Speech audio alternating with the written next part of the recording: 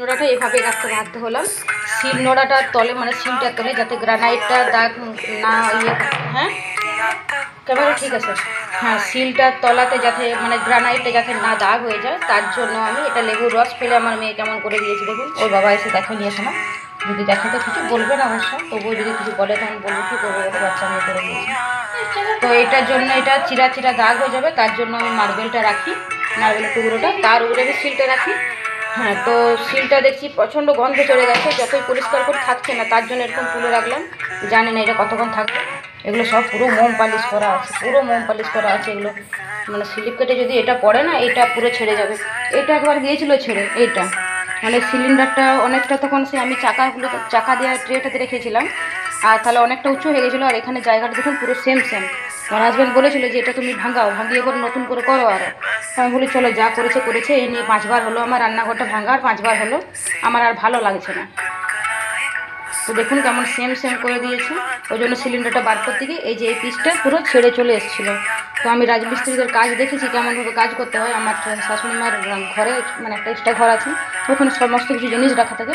ওখানে দেখলাম 1.5 বস্তা সিমেন্ট রাখা আছে। তো চট করে আর হোয়াইট সিমেন্টের অপেক্ষা না করে সিমেন্ট মানে 1 বালতি গুলে নিয়ে এসে চাপ করে এখানে যে কাজগুলো ছিল সেখানে সিমেন্টটা দিয়ে, তার সঙ্গে শাশুড়ি মাকে বললাম এটা ধরুন আপনি। তো এটা ধরলো। আমি এদিকে সিমেন্টটা দিয়ে পরে এটাকে চিটিয়ে প্রায় 5 মিনিট ধরে রেখে দিয়েছিলাম। তারপর দেখুন কি সুন্দর মজবুত হয়ে গেছে। কে বলবে যেটা আমি করেছি? কেউ বলবে, ধরতে পারবে যেটা আমি করেছি? সেম টু সেম দেখুন, যেমন মিস্ত্রিরা করে দিয়েছিলো সেরকম করেছি। তবে এই পিত্তি কালারটা রাখা আছে, তার সঙ্গে হোয়াইট সিমেন্ট আনতে হবে, এখানেগুলো একটু দাগ দিয়ে দিতে হবে, তা নাহলে কিন্তু এই দাগটা রয়ে যাবে, দেখতে বিচ্ছিরি এটা লাগতেই পারে। এখানে সবুজটা দিয়ে দেবে। মোটামুটি টুকিটাকি আমি সব কাজেই জানি, রাজমিস্ত্রিদের কাজও আমি শিখে নিই, চিন্তা করুন। এটা ছেড়ে গিয়েছিলো, এটা ছেড়ে পুরো চলে এসেছিলাম, ভাগ্য ভালো এটা পড়ে যায়নি। আমার পা কাটা যেত, তার সঙ্গে আমার মার্বেল যেত, আমার গ্রানাইট যেত, 3টে জিনিস একসঙ্গে যেত। তো চলুন চাটা খেয়েই নিই। জানি না, খেতেও ভয় লাগছে, সে বিষ পান করার মতো জেনে শুনে। বন্ধুরা, আজকে শুক্রবার সকাল, তো সকাল হয়ে গেছে। আমি ঘুম থেকে উঠে গেছি। ঘুম থেকে উঠে মেয়ে গেল টিউশনি, ওকে 1 গ্লাস ছাতু দিয়ে দিলাম, ও টিউশনি চলে গেল।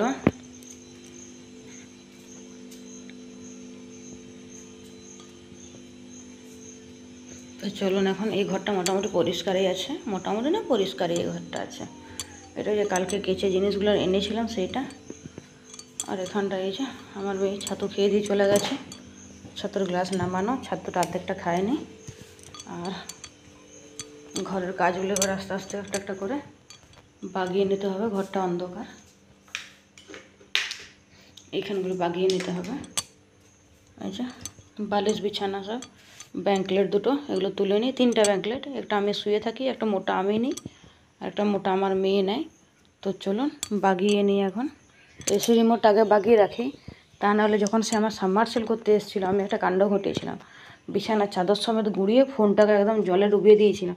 যখন আসতে যাচ্ছি তখন দেখছি ফোন আমার যা গেল। তো চলুন এখন সাবধানে বজায় রেখে ঘরের কাজগুলো করি। গোপালকে তো অনেক দিন হয়ে গেল ছুতে পাইনি, প্রায় 7 দিন হয়ে গেল আজকে। তো গোপালের মুকুটটা যে লটকে আছে, এগুলো কারোকে যে ডাকে ঠিক করাবো, সে সুতন কেউ নেই। কেউ ভয়ে ঠাকুর হাত দিতে খুঁজে না, বলে তোর ঠাকুর খুব জাগ্রত, তোর ঠাকুর আমি হাত দেবো না কেউ, তোর ঠাকুর তোর হাতের বসের ঠাকুর একদম। গোপাল কত বদমাইশ, কিছুতেই মুকুট পরবে না, মুকুট ফেলেই দেবে। ওর বাবাকে বলতে হবে এইবারে, বাবাকে আমার গোপালের মুকুট আনো, তারপরে সব কিছু। বুঝেছে? মেয়ে চলে গেছে বইগুলো ফেলে দিয়ে। তো চলুন এখন সব কিছু বাগিয়ে নিই।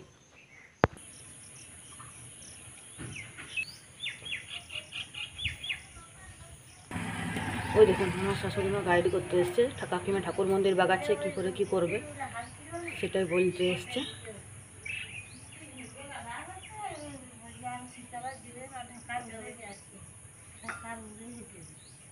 ওই যে লাল হিটটা দিয়েছিল সেটা আমার শাশুড়ি মা নিয়ে নিল, বলছে দেখা যাক। আমার শ্বশুর মশাই মুন্ডুটা ভেঙে দিয়েছে।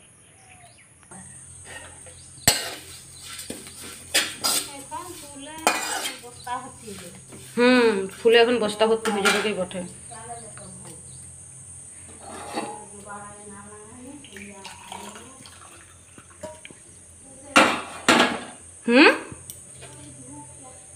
ও শাশুড়ির কাছে ধূপটা নিয়ে যান।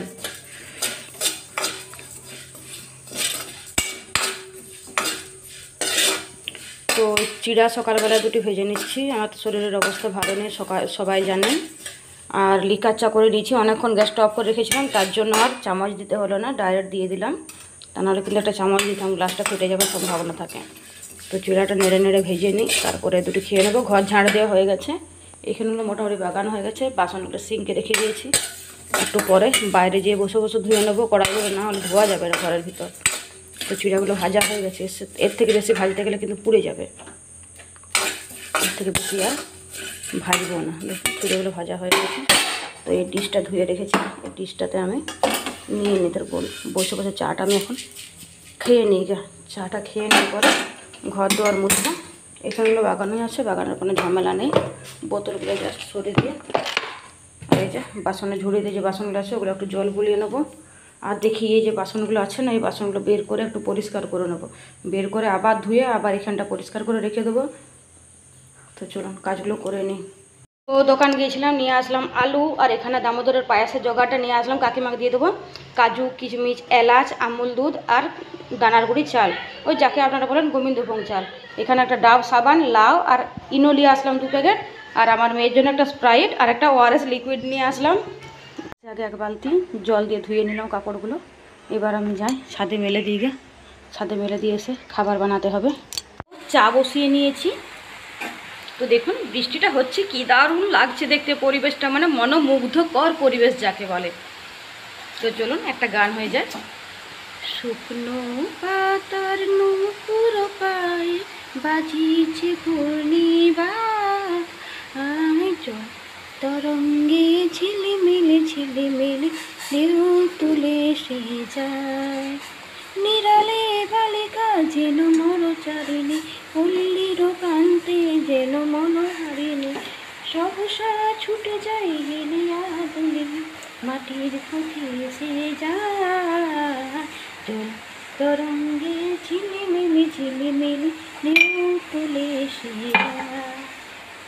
দিঘির বুকে শত দল দলি, ঝরায়ে গোফুল চাপার গলি, জল ছলো ছলো না জল জলি, মাটির পথে সে যায়। জল তরঙ্গে ঝিলিমিলি ঝিলিমিলি ঢেউ তুলে সে যায়।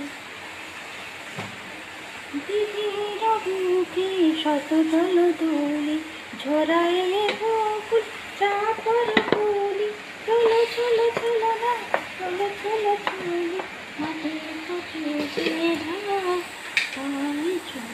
তরঙ্গে ঝিলিমিলি ঝিলিমিলি ঢেউ তুলে সে যায়।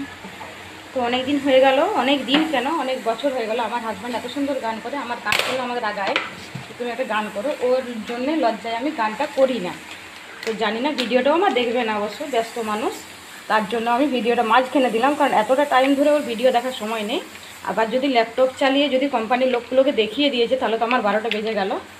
জানি না কি হবে আমার জানি না আমার কি হবে, আমার কি হবে, একটা ডায়লগ আছে না আজকে দিয়েছি, জানি না আমার কি হবে।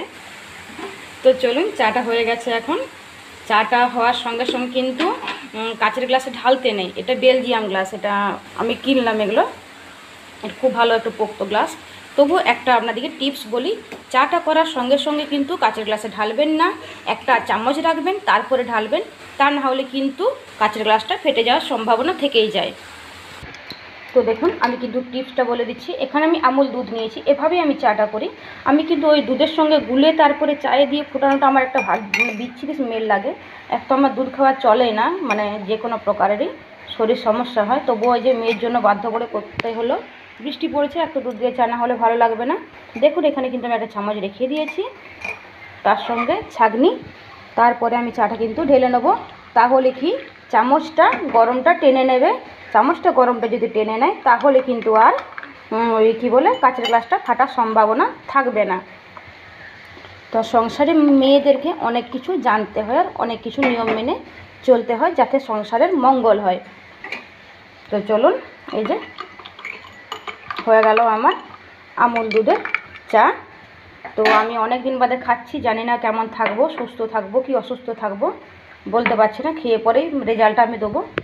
তো চলুন এখন চাটা মা মেয়ে মিলে খেয়ে নিই। গুড ডে বিস্কুট আছে তার সঙ্গে,